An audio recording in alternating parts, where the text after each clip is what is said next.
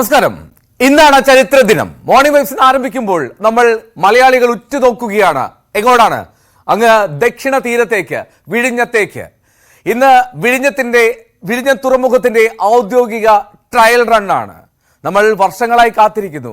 അത് ആരുടെ കുഞ്ഞ് എന്നൊക്കെ എല്ലാ മുന്നണികളും മാറി മാറി അവകാശപ്പെടുന്നുണ്ടെങ്കിൽ പോലും ഇത് മലയാളികൾക്ക് നേട്ടമുണ്ടാക്കുന്ന തുറമുഖമാണ്, പദ്ധതിയാണ് എന്നുള്ള കാര്യത്തിൽ സംശയം ഉണ്ടാകില്ല എന്ന് തോന്നുന്നു. എന്താണെങ്കിലും ആ വാർത്തയിലേക്ക്, ആ സന്തോഷത്തിന്റെ നിമിഷങ്ങളിലേക്കാണ് ആദ്യം നമ്മൾ പോവുക. നമ്മൾ വിഴിഞ്ഞത്തേക്കാണ് ആദ്യം പോകുന്നത്. എല്ലാവർക്കും സ്വാഗതം മോർണിംഗ് വൈബ്സിലേക്ക്. Welcome San Fernando. Welcome San Fernando. ഇന്നലെ തന്നെ നമ്മൾ സ്വാഗതം മോദിയിരുന്നു സാൻ ഫെർണാണ്ടോ എന്ന മദർഷിപ്പിന്. ഇന്നലെ വിഴിഞ്ഞത്ത് തുറമുഖത്ത് അവിടെ നങ്കൂരമിട്ടിരിക്കുന്ന ബർത്തിലേക്ക് എത്തിയ സാൻ ഫെർണാണ്ടോയിൽ നിന്ന് ചരക്കുകൾ അത് നീക്കി തുടങ്ങിയിരുന്നു ഇന്നലെ തന്നെ. ഇന്ന് ട്രയൽ റണ്ണ് തുടക്കമാകുന്നു. അങ്ങനെ വിഴിഞ്ഞം തുറമുഖത്തെ ട്രയൽ റണ്ണിന്റെ ഔദ്യോഗിക ഉദ്ഘാടനം ഇന്ന് നടക്കും. രാവിലെ 10 മണിക്ക് വിഴിഞ്ഞം തുറമുഖത്ത് നടക്കുന്ന ചടങ്ങിൽ മുഖ്യമന്ത്രി പിണറായി വിജയൻ മദർഷിപ്പായിട്ടുള്ള സാൻ ഫെർണാണ്ടോയെ സ്വീകരിക്കും. കപ്പലിന്റെ ക്യാപ്റ്റനും ഈ സ്വീകരണം ഏറ്റുവാങ്ങും. കേന്ദ്ര ഷിപ്പിംഗ് തുറമുഖ മന്ത്രി സർബാനന്ദ സോനോവാളാണ് മുഖ്യാതിഥി. പ്രതിപക്ഷ നേതാവിനെ ക്ഷണിക്കാത്തതിൽ UDF-ന് പ്രതിഷേധമുണ്ട് എങ്കിലും ചടങ്ങ് ബഹിഷ്കരിക്കാൻ ഉദ്ദേശമില്ല. നമ്മുടെ പ്രിയപ്പെട്ട ആങ്കർമാർ, പ്രതിനിധികൾ വിഴിഞ്ഞത്ത് നിന്ന് ചേരുന്നുണ്ട്. ഞാൻ നേരെ പോകുന്നു.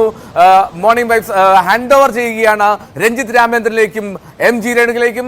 Ranjith and Renuka, very good morning. വളരെ സന്തോഷം. വിഴിഞ്ഞത്തെ ആ സന്തോഷ ദിനത്തിൽ നിങ്ങൾക്കും അവിടെ പങ്കുചേരാൻ കഴിഞ്ഞതിൽ, അവിടെ നിന്നും വിശേഷങ്ങൾ പങ്കുവെക്കുന്നതിൽ. എന്താണ് രഞ്ജിത്ത്, ഈ രാവിലെ തന്നെ തുടങ്ങിയോ അവിടുത്തെ ഒരു ട്രയൽ റണ്ണിന്റെ ആരവവും ആവേശവും എല്ലാം? Eldho, very good morning. ഞങ്ങളിപ്പോൾ ഉള്ളത് രാജ്യത്തിന്റെ ഒരു അഭിമാന പദ്ധതിക്ക് സമീപമാണ്. ഞാനും രേണുകയും എന്നോടൊപ്പം ഡാൻ കുര്യനുമുണ്ട്. ഡാൻ ഇന്നലെ മുതലല്ല, ഈ വിഴിഞ്ഞത്തിന്റെ ഓരോ ഘട്ടങ്ങളിലും അല്ലെ ഭാഗവാക്കാണ്. കാരണം ഇതിനെ അരച്ചു കലക്കി കുടിച്ചു വെച്ചിരിക്കുന്ന ആൾ കൂടിയാണ് ഡാൻ, ഇതുമായി ബന്ധപ്പെട്ട എല്ലാ കാര്യങ്ങളും. അപ്പൊ നമ്മളോടൊപ്പം രാവിലെ മുതൽ ഞങ്ങൾ എടുത്തപ്പോൾ ഒരുപാട് നാട്ടുകാര് ഇവിടെ കാത്തു നിൽക്കുന്നുണ്ട്. കൂടാതെ മാധ്യമപ്രവർത്തകരുടെ വലിയൊരു സംഘം തന്നെ ഈ അഭിമാന പദ്ധതി ജനങ്ങളിലേക്ക് എത്തിക്കാൻ, അതിന്റെ ട്രയൽ റണ്ണുമായി ബന്ധപ്പെട്ട കാര്യങ്ങൾ ജനങ്ങളിലേക്ക് എത്തിക്കാൻ ഇവിടെ ഉണ്ട്. നേരത്തെ പറഞ്ഞതുപോലെ രേണുക, വലിയ അഭിമാനമാണ്. കാരണം രാജ്യത്തെ ഏറ്റവും വലിയ ട്രാൻസ്ഷിപ്മെന്റ് ടെർമിനൽ. അതായത് ഞാൻ ഇന്നിപ്പോ ഇതിനെക്കുറിച്ച് 2 ദിവസമായിട്ടാണ് ഇതിലേക്ക് ഒന്ന് സ്റ്റഡി തുടങ്ങിയത്. അപ്പൊ അതിനകത്ത് ഏതാണ്ട് 20 മീറ്റർ ആഴം ഡീപ്പ് വാട്ടർ ട്രാൻസ്ഷിപ്മെന്റ് എല്ലായിടത്തും ട്രാൻസ്ഷിപ്മെന്റ് ടെർമിനൽ ഉണ്ട്. പക്ഷേ സമുദ്ര ആഴക്കടൽ ട്രാൻസ്ഷിപ്മെന്റ് ടെർമിനൽ ഇത്രയും വലിപ്പമുള്ള രാജ്യത്ത് ഇതുപോലെ ലോകത്തിന്റെ തന്നെ തുറമുഖ കവാടമായി മാറാൻ പറ്റുന്ന തരത്തിൽ വിഴിഞ്ഞം ലോക ശ്രദ്ധയിലേക്ക് കൂടി വരുന്നു എന്നതാണ് ഏറ്റവും വലിയ പ്രത്യേകത. നമുക്കറിയാം, രാജ്യാന്തര കപ്പൽ ചാലിനോട് ഏറ്റവും ചേർന്ന് നിൽക്കുന്ന ഒരു തുറമുഖം. അതായത് ഈ കൃത്യമായിട്ട് പറഞ്ഞാൽ, ഞാൻ ഇന്നലെ ആ കണക്കുകളൊക്കെ ഒന്ന് പരിശോധിക്കാം. അപ്പൊ ഈ 10 നോട്ടിക്കൽ മൈൽ എന്ന് പറഞ്ഞാൽ നമുക്കറിയത്തില്ല. 10 നോട്ടിക്കൽ മൈൽ എന്ന് പറഞ്ഞാൽ 19 കിലോമീറ്റർ. നമ്മൾ ഇവിടെ നിന്ന് ശംഖുമുഖം ബീച്ചിലേക്ക് എത്തുന്ന ദൂരം, ആ ദൂരം ഈ കടലിലൂടെ അങ്ങോട്ട് പിന്നിട്ടാൽ അവിടെ രാജ്യാന്തര കപ്പൽച്ചാലാണ്. ആ കപ്പൽച്ചാലിലൂടെ ഒരു ദിവസം 200 കപ്പലുകളാണ് കടന്നു പോകുന്നത്. അതായത് പേർഷ്യൻ ഗൾഫിനെയും മെഡിറ്ററേനിയനെയും തമ്മിൽ ബന്ധിപ്പിക്കുന്ന ഈ കപ്പൽച്ചാലിലേക്ക് ഇവിടുന്ന് 19 കിലോമീറ്റർ കഴിഞ്ഞാൽ നമ്മൾ കടക്കുകയാണ്. അതാണ് വിഴിഞ്ഞം നമുക്ക് മുമ്പിൽ തുറക്കുന്ന ഈ കൊളംബോ, ദുബായ് തുടങ്ങിയ ഈ ടെർമിനുകളുമായി ബന്ധപ്പെട്ട് നോക്കുമ്പോൾ ദൂരത്തിന്റെ വ്യത്യാസം ഞാൻ മനസ്സിലാക്കുന്നുണ്ട്. 14.5 കിലോമീറ്റർ മാത്രമാണ് അല്ലെ ഈ കപ്പൽ ചാലിൽ നിന്ന് ഈ നമ്മുടെ വിഴിഞ്ഞത്തേക്കുള്ള ഒരു ദൂരം അല്ലെ? 14.5. അതായത് ഈ 10 നോട്ടിക്കൽ മൈൽ അവരുടെ കണക്കുകൾ അങ്ങനെയാണ്. 10 നോട്ടിക്കൽ മൈൽ വരും. ദൂരം കുറവാണ് വിഴിഞ്ഞത്തിന് എന്നതാണ് ഏറ്റവും വലിയ സാധ്യത വിഴിഞ്ഞത്തിന് മുന്നിൽ തുറന്നു കൊടുക്കുന്നത്. അപ്പോൾ രാജ്യാന്തര കപ്പൽ ചാലിനോട് ഏറ്റവും ചേർന്ന് നിൽക്കുന്ന ഒരു തുറമുഖം എന്ന നിലയിലേക്ക് വിഴിഞ്ഞം എത്തുന്നു. അത് വിഴിഞ്ഞത്തിന്റെ സാധ്യതകളെ വലിയ രീതിയിൽ വർദ്ധിപ്പിക്കുകയാണ്. നമുക്കറിയാം, രഞ്ജിത്ത് നേരത്തെ സൂചിപ്പിച്ച ആളുകളുടെ കൂട്ടം, ഇവർക്കൊക്കെ പതിറ്റാണ്ടുകളുടെ കാത്തിരിപ്പിന്റെ ഒരു പൂർത്തീകരണത്തിലേക്ക് അവർ എത്തുന്നതാണ്. അവരെ സംബന്ധിച്ച് അവരുടെ സ്വപ്നങ്ങൾ കൂടി പൂവണിയുകയാണ്. ഒരുപാട് ജോലി സാധ്യതകൾ, അങ്ങനെ നിരവധി സാധ്യതകൾ തുറക്കുന്നതാണ്. അതിന്റെ ഒക്കെ ഒരു സന്തോഷം നമുക്ക് ആളുകളുടെ മുഖത്തും കാണാൻ കഴിയുന്നതാണ്. നമ്മളിപ്പോ ഇങ്ങോട്ട് വന്നപ്പോ സന്തോഷ് ഇന്നലെ ഇവിടെ ഉണ്ടായിരുന്ന ആളാണ്, നമ്മുടെ സന്തോഷ് കാരക്കോണം. അപ്പം ഇവിടുത്തെ ഒരു ഇതുമായി ബന്ധപ്പെട്ട പ്രവർത്തിക്കുന്ന ഒരാളോട് സംസാരിച്ചപ്പോൾ പലരും ചോദിക്കുന്നുണ്ട്, ഞങ്ങൾക്ക് നിങ്ങൾ ജോലി തരുമല്ലോ എന്ന് പറഞ്ഞിട്ട് ആർക്കും. എനിക്ക് ദാനും അത് കേട്ട് അല്ലെ, ജോലി എന്താണ് ജോലി എന്നുള്ളത് ഇനി നമ്മൾ കാലം കാത്തു വെച്ചിരിക്കുകയാണ്. ഇവർക്ക് എന്താണ്, ഇവർ ഇതുമായി ബന്ധപ്പെട്ട് ഇവർക്കുണ്ടാകുന്ന അടിസ്ഥാന സൗകര്യത്തിന്റെ വ്യത്യാസങ്ങൾ, ഇവരുടെ ജീവിതത്തിലുണ്ടാക്കുന്ന മാറ്റങ്ങളൊക്കെ വളരെ പ്രധാനമാണ്.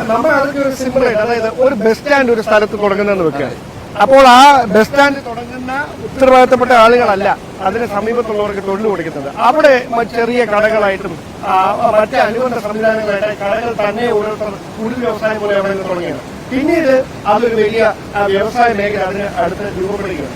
സമാനമായ തരത്തിൽ തന്നെയായിരിക്കും ഇവിടെയും അനുബന്ധ. എന്നോട് ഇന്നലെ ഈ പ്രവർത്തനങ്ങൾക്ക് നേതൃത്വം നൽകുന്ന ഒരാൾ പറഞ്ഞത് ഇവിടേക്ക് എത്തുന്ന കപ്പൽ ഒരുപക്ഷെ ഇവിടെ നിന്ന് ഇനി വരുന്ന കപ്പൽ പെർത്തിലേക്കായിരിക്കും, ഓസ്ട്രേലിയയിലെ പെർത്തിലേക്കായിരിക്കും പോവുക. സ്വാഭാവികമായി ഈ പെർത്തിലേക്ക് ഇവിടെ നിന്ന് ഒരു കപ്പൽ എത്താൻ എടുക്കുന്ന കാലതാമസം, അതിനിടയിൽ ഈ കപ്പലിലെ മുഴുവൻ ജീവനക്കാർക്കും വേണ്ട ഭക്ഷണം, വെള്ളം, പാലുൽപ്പന്നങ്ങൾ, ഇതടക്കം പച്ചക്കറി, ഇതടക്കമുള്ള എല്ലാ കാര്യങ്ങളും ഇവിടെ നിന്ന് വേണം ഈ കപ്പലിലേക്ക് നമ്മൾ എത്തിച്ചു കൊടുക്കാൻ. അതാണ് നാട്ടുകാരായ സാധാരണക്കാരായ ഇവിടുത്തെ കച്ചവടക്കാർക്കൊക്കെ മുമ്പിൽ വലിയ 2000 കണ്ടെയ്നറുകൾ ഇന്നലെ അല്ലെ 2000 കണ്ടെയ്നറുകൾ ആ കപ്പലിൽ നമുക്ക് കാണാം. അത് ഇവിടെ നിന്ന് നോക്കുമ്പോൾ ഇതാണോ ഇത്രയും വലിയ മദർഷിപ്പ് എന്ന് പറഞ്ഞ് നമ്മൾ ആഘോഷിച്ചതെന്ന് തോന്നും. പക്ഷേ ഇതിന് വലിപ്പം അടുത്ത് ചെല്ലുമ്പോൾ കുറെ വലുതായിരിക്കും അല്ലേ? ഇത്രയും ദൂരം നിന്ന് നോക്കുന്നതുകൊണ്ടാണ്. നമ്മുടെ ഈ മുസ്ലിം പള്ളിയുടെ സമീപത്താണ് നമ്മളുള്ളത്. അപ്പൊ അവിടെ നല്ല ദൂരത്താണ്. ഇവിടെ നമുക്ക് പെർമിഷൻ ഇല്ല അങ്ങോട്ടേക്ക് ഈ ഭാഗത്തേക്കൊക്കെ പോകാൻ. ഇന്നലെ തന്നെ കണ്ടെയ്നറുകൾ നീക്കം ചെയ്ത് തുടങ്ങി, ഇറക്കി തുടങ്ങി. നമുക്ക് ആദ്യഘട്ടത്തിൽ ട്രയൽ റണ്ണാണ് നടക്കുന്നത്. ട്രയൽ റൺ നടക്കുന്ന ഒരു സമയത്ത് സ്വാഭാവികമായി 1 മാസത്തോളം ഈ ട്രയൽ റൺ ഇങ്ങനെ തന്നെ തുടരും. അപ്പം ഇന്നലെ കുറച്ച് കണ്ടെയ്നറുകൾ ഇറക്കി. നമുക്കറിയാം ഇത് സെമി ഓട്ടോമേറ്റഡ് സംവിധാനമാണ്. ഏതാണ്ട് 4-5 പേരുടെ മാത്രം കാര്യമേ ഉള്ളൂ ഓഫീസിനകത്ത് ഈ ഇത്രയും കണ്ടെയ്നറുകൾ ഇവിടുന്ന് ലക്ഷ്യസ്ഥാനത്തേക്ക് എത്തിക്കുന്നതിന്, ഇവിടെ ഈ ബർത്തിൽ അടുപ്പിക്കുന്നതിന് വേണ്ടിയിട്ട് അവർ ഈ ഓട്ടോമേറ്റഡ് സംവിധാനം ഉപയോഗിച്ചുകൊണ്ട് ഈ കാരിയേഴ്സിനെ, ഈ ക്രെയിനുകളിലെ കാരിയേഴ്സിനെ ഈ കണ്ടെയ്നറുകളുമായി കണക്ട് ചെയ്ത് വലിയ വടം ഉപയോഗിച്ച് ഉയർത്തി അതിന്റെ ലക്ഷ്യസ്ഥാനത്തേക്ക് പ്രിസൈസ്ഡ് ആയിട്ട് കരുതി വെച്ചിരിക്കുന്ന ലക്ഷ്യസ്ഥാനത്തേക്ക് തുറമുഖത്തിലേക്ക് എത്തിക്കുന്ന കാര്യമാണ് പറഞ്ഞത്. പക്ഷെ ഇവിടെ നിന്ന് നമ്മൾ ഈ സാധന സാമഗ്രികൾ പുറത്തേക്ക് പോകണമെങ്കിൽ ഈ പറഞ്ഞതാണ്, ഈ സാധ്യതകളെ കുറിച്ച് പറയുമ്പോഴാണ് 2000 ട്രെയിലറുകൾ, ഈ 2000 ഇത് കൊണ്ടുപോകാനുള്ള സംവിധാനങ്ങൾ വേണം, 2000 ഡ്രൈവർമാർ വേണം അല്ലെ? അത് രഞ്ജിത്ത്, നമ്മളുടെ ഇത് ട്രയൽ ആണ് നടക്കുന്നതെങ്കിൽ പോലും തുറമുഖം ഏതാണ്ട് പൂർണ്ണ പ്രവർത്തന സജ്ജമായതിനു ശേഷം നടക്കുന്ന ട്രയൽ എന്നൊരു പ്രത്യേകത ഈ ട്രയലിനുണ്ട് അല്ലേ? ഇവിടെ ഇപ്പോൾ സംഭവിക്കുന്ന കാര്യം അതിൽ നമുക്കൊരു വ്യക്തതക്കുറവുണ്ട്. അതായത് ഇവിടേക്ക് റിംഗ് റോഡോ റെയിൽ കണക്ടിവിറ്റിയോ ഒന്നും സാധ്യമായിട്ടില്ല. ആ ഘട്ടത്തിൽ ഈ കപ്പലിൽ നിന്ന് ഇറക്കുന്ന ഇത്രയധികം കണ്ടെയ്നറുകൾ, ഇതിൽ ഒരു കണ്ടെയ്നർ പോലും നമ്മുടെ വിഴിഞ്ഞത്തുകൂടി റോഡിലേക്ക് ഇറക്കി നമുക്ക് ചിന്തിക്കാൻ കഴിയില്ല. നിലവിൽ ജലമാർഗം തന്നെ മഹാരാഷ്ട്ര, മുംബൈ ഉൾപ്പെടെയുള്ള മറ്റ് തുറമുഖങ്ങളിലേക്ക് എത്തിക്കുന്ന തരത്തിലാണ് ഈ പദ്ധതി തയ്യാറാക്കിയിരിക്കുന്നത്. സ്വാഭാവികമായി ഇതിനോട് അടുത്ത് 2 ചരക്ക് കപ്പൽ കൂടി എത്തുകയാണ്. ആ ചരക്ക് കപ്പലുകളിലെ ചരക്കും ഇതുപോലെ തന്നെ ജലമാർഗമായിരിക്കും ലക്ഷ്യസ്ഥാനത്തേക്ക് എത്തിക്കുന്നത്. അപ്പോൾ നിലവിൽ നമ്മൾ ഈ തുറമുഖം സജ്ജമാണ്.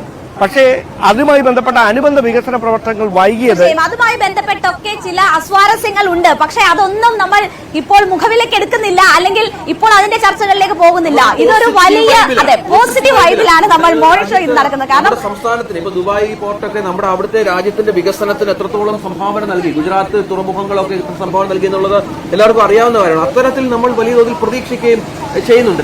ഏതൊരു പദ്ധതികളെ സംബന്ധിച്ചായാലും അത്തരത്തിലുള്ള ചില കാര്യങ്ങൾ ഉണ്ടാകും. ആ പോരായ്മകൾ കൂടി പരിഹരിച്ച് മുന്നോട്ട് പോവുക എന്നതാണ് ലക്ഷ്യമിടുന്നത് സർക്കാർ തന്നെ. ഈ പദ്ധതിയുടെ ആലോചനകൾ നടക്കുമ്പോൾ, അല്ലെങ്കിൽ ഇതിന്റെ കരാറുമായി ബന്ധപ്പെട്ടുള്ള കാര്യങ്ങൾ വരുമ്പോൾ പ്രഖ്യാപിച്ച മത്സ്യത്തൊഴിലാളി പുനരധിവാസ പാക്കേജിനേക്കാൾ കൂടുതൽ തുക സർക്കാർ നീക്കിവെച്ചിട്ടുണ്ട് ഇതിനോടകം. അതിന്റെ എത്രയോ ഇരട്ടി നീക്കിവെച്ചു എന്നത് മുഖ്യമന്ത്രി ഉൾപ്പെടെയുള്ളവർ ചൂണ്ടിക്കാട്ടുന്നുണ്ട്. അപ്പോൾ ഇനിയും, പക്ഷേ അത് പോരായ്മകൾ ഉണ്ടെങ്കിൽ ഇനിയും അത് കണ്ടറിഞ്ഞുകൊണ്ടുള്ള നടപടികൾ ഉണ്ടാകണം. എല്ലാവരെയും ഒത്തൊരുമിച്ച് കൊണ്ടുപോകുന്നതാണ് എല്ലാവരുടെയും സ്വപ്നങ്ങൾ പൂവണിയാനുള്ള ഒരു മാർഗം തന്നെയാണ്. അതുകൊണ്ട് തന്നെ നമ്മൾ ആ പോസിറ്റീവ് വൈബിൽ തന്നെ നമ്മളുടെ മോർണിംഗ് ഷോ ഞാൻ മനസ്സിൽ